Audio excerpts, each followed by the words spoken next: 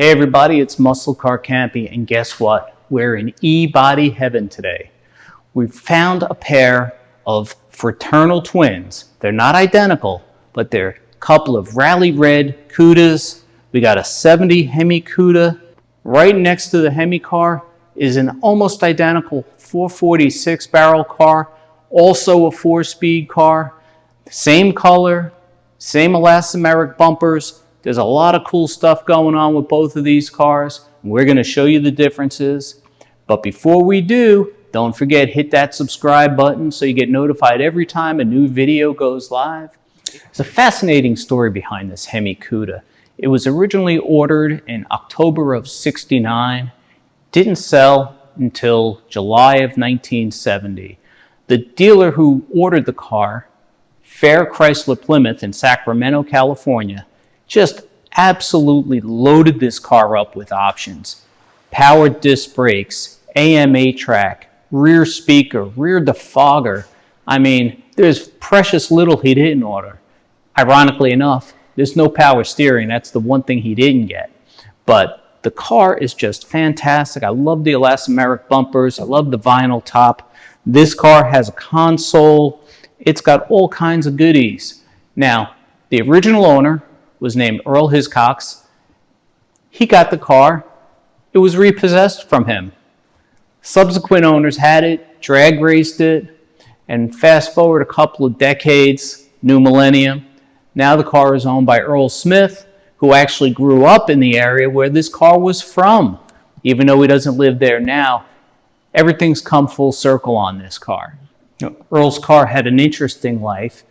It definitely was drag raced. The car owner today knows of that. At one point, theoretically, somebody said they had 383 call-outs where the Hemi call-outs were, so it's a little bit of a stealth bomber. And then in the late 70s, sometimes it got its first and only repaint, an enamel repaint on the car. But like I said, this thing is loaded with all kinds of interesting. It's got the rear defogger, it's got the light group, it is a track pack car. I mean, just lots and lots. Got a console.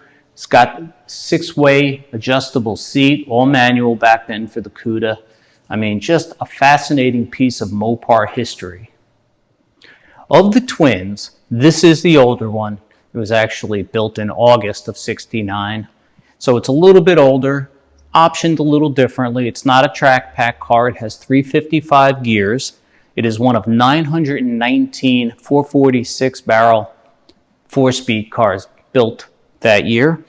Does not have a console. It has the upgraded steering wheel, whereas that car has the base wheel. It does have the rally gauges with the ridiculous 5,000 RPM red line on the tach. They're just two very, very interesting cars. One thing we'd love to mention about this car, it's got the original matching numbers engine and drivetrain in it. It's one of 284 Hemi 4-speed Cudas made in 1970. The Rally Red 6-barrel car is one of 919 4-speed cars made. It's got the original drivetrain, but a date-coded correct engine. So a couple of really cool finds here. You know, you just don't see, because of the nature of the beast, you just don't see a lot of Hemi cars with matching numbers engines anymore. Most of them got destroyed racing over the years. This car has just about 50,000 miles on it. So it's got a good amount of mileage, but it's not a 100,000 mile car. And it's not a, you know, one of those alleged 1,000 mile cars or a 300 mile car. This is a very legit car. A couple of things I noticed on this car right away. Look at the size of the power brake booster on the Hemi car. It's enormous. It looks like a globe practically, and it draws vacuum from a port on the back of the manifold. Also, this car, when it was repainted, we believe, It doesn't have overspray. I think they painted the firewall at that time. It should have some overspray on it. Engine's not been restored. It's got the original water pump on there. You can see the orange paint peeling off. Very cool stuff. Obviously, this is extra. This is new for today. Now I'm going to walk over to the twin Cuda and see what the differences are on the hood with the 6-barrel car. Now, when you look under the hood of the 6-barrel car, you'll notice a lot of overspray on the firewall. Look at the size of the power brake booster on the 6-barrel car. It's like a third the size, it seems, or half the size of the Hemi car. There's so much more room under the hood of this car, even with the RB engine. Just totally, totally different. I mean, this was the lengths that Plymouth was going to win races, both on street and strip back in the day. Now, here's something, too. When you go back and look, you'll see that, yeah, there's a hole cut in the hood for the shaker. But if you actually look at the hole, it's cut in the shape of a Pentastar. It's the Chrysler Pentastar. So these things were no joke. There was no detail overlooked. This is something I've really found fascinating. When I was looking at the Hemi car, I noticed that the exhaust tips did not come out of the rear valance like on this car. It has the trumpets. They just turn downs at the back of the rear valance. On the 446-barrel car, they come out through the valance. And I said, Earl, tell me a story. Why doesn't this car have the trumpets coming out of the rear valance? Well, apparently in 1970, they were too loud to pass California noise standards, so they had it where on the Hemi Cuda, you had to have turn downs at the rear of the valance. Insane. I mean, was it really louder? That's the way it was. California, no rear valance exiting exhaust on the Hemi cars. Insane. We're sitting in the 6-barrel car right now, and there are a couple of differences that we mentioned earlier, perhaps. The 6-barrel car does not have a console. It has the pistol grip 4-speed. This only has an AM radio. It doesn't have an 8-track like the Hemi car. What's really cool on these cars, it does have the rally gauge cluster with 150 mile an hour speedometer. It's got the 8,000 RPM tach with the 5,000 RPM red line, again, set implausibly low. It has the clock, and the clock functions the way it's supposed to. And it's got the rim blow steering wheel. I think I just scared the owner. He's sitting over there. He wasn't expecting that. He jumped out of his seat. This does not have the 6-way adjustable seat like the Hemi car does, which is fine by me. It goes back and forth. That's all you pretty much need. These seats were reclined at an angle that was really nice. I mean, perfect 9-3 driving position. You know, you get in for the road course, you could rest your wrist. That tells you you're in the right driving position. So this is just so cool. You know, if you were riding around in Earl's Hemi Cuda, you were driving in style. This car has a ton of desirable options. Back then, nobody really wanted that many options, but they were available. And when the dealer ordered this car, it had everything. Here's the adjustments for the 6-way manual seat. It has the rear speaker on the dash. Here's the button for the rear defogger. And if this was a convertible, this would be where the convertible top switch was. Again, like the 6-barrel car, it's got the rally dash. This one is clocked in at 49,634 miles. Rally dash, again, 5,000 RPM at redline. It was only set about 2,000 RPM low for the Hemi. So we're here with owner Earl Smith. Earl, you're an e-body guy from way back. You had one when you were a young man. Tell us about that car. So my dad was selling these in 1970, 69 and 70 and 71, and he had a black one that at the showroom, and I was at the drive-in, and he pulled up in that car and he said, "Hey, what do you think? You like this car?" And I'm like, "Hey, yeah, I like that car." So I ended up, that was my first new car. It was a 1970 Grand Coupe,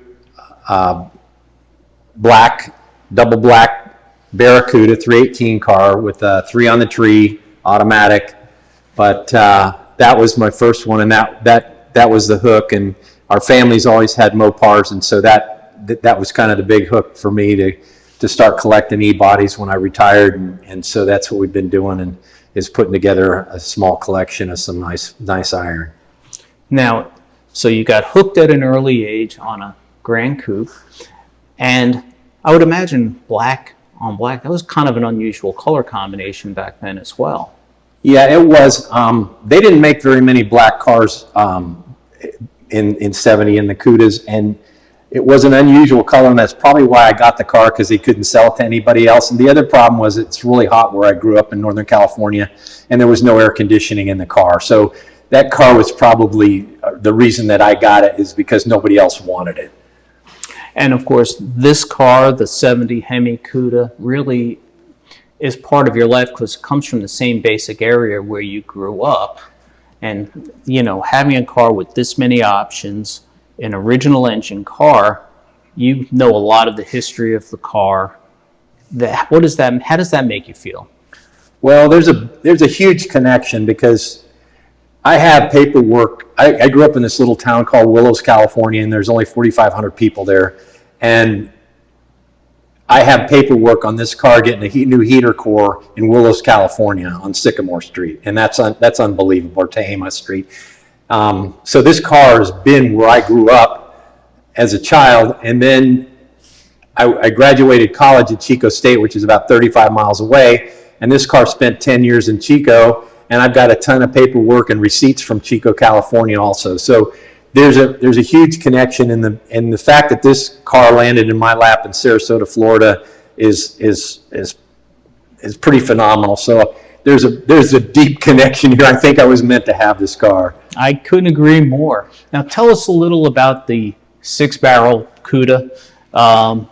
Where was this car from originally? Do you know? I don't know where this was originally. I know it was in Chicago in a private collection with a couple hundred cars, and then they came out of that collection and it went through a restoration, I think 2017, but it hadn't been run for a long time, so we had to go through the whole drivetrain. The seals leak, the car, it just sat too long. And when people have that many cars, they don't drive them, and they just sit and rot, and it's the worst thing you can do. The cars need to be driven. It was one of the first cars I got after I retired, or while I was getting ready to retire, and I always wanted a 446 pack 4-speed car. So this is kind of, and then the fact that they're matching or close to being matching twins is just dumb luck. That's why I said they're fraternal twins, right. Not identical. But if you tried to do this, you couldn't do it. So that's what makes it kind of fun. Now you have a couple of other E-bodies. You have a Sassy Grass Green 71 383 convertible, which is spectacular. What else do you have? I have my wife. I bought a 440 70 Challenger convertible that's top banana, also known as lemon twist if it's a Plymouth color. It's a factory air car, and that car right now is in restoration, getting a paint job done on it. It's not going to be the level of these two cars, but it's going to be a really nice driver for her and her daughter to drive. And it is a 440, which is one of, I think, 120. I think they only made 126 automatics, and that's one of 126. So it is a rare car.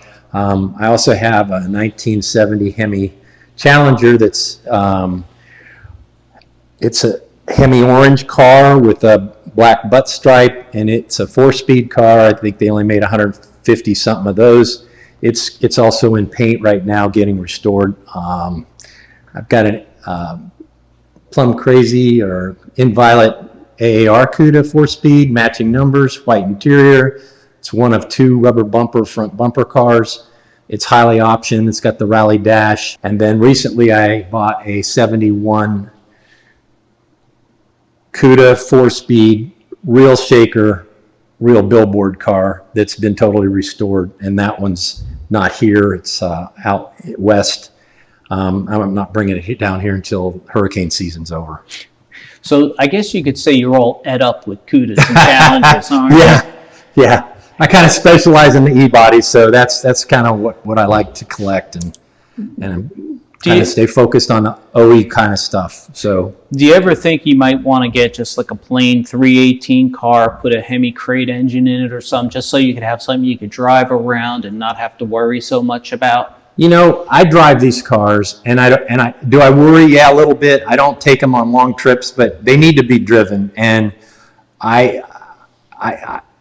Usually what I do is, the worst thing, what I worry about the most is getting rear-ended because people are on their phone. So what I do is I have my wife follow me in the cars right behind my car. So that way I know I'm not going to get rear-ended. She's going to pay attention, so she'll get rear-ended, but I won't. So we drive the cars. Mm-hmm. And after getting some of these cars that have been sitting for 20 years and they're a mess, I will drive all of them. They have to be driven. So I just try to be careful about it. Is there another e-body that you're thinking of, or are you kind of content with what you have now at this stage? I have to be content, otherwise you'd think it was really being greedy. But there's a 71 that I'm looking at right now that needs a restoration, and I kind of would like to restore one, only because it gives me something to do and keep me busy instead of buying. And I don't have any room for any more cars. So this is Muscle Car Campy saying see you later. Earl, thank you very much for showing us these great cars and letting us share them with our viewers. Don't forget, hit that subscribe button. You won't want to miss any of the great videos we've got coming up. We've got some big surprises for you.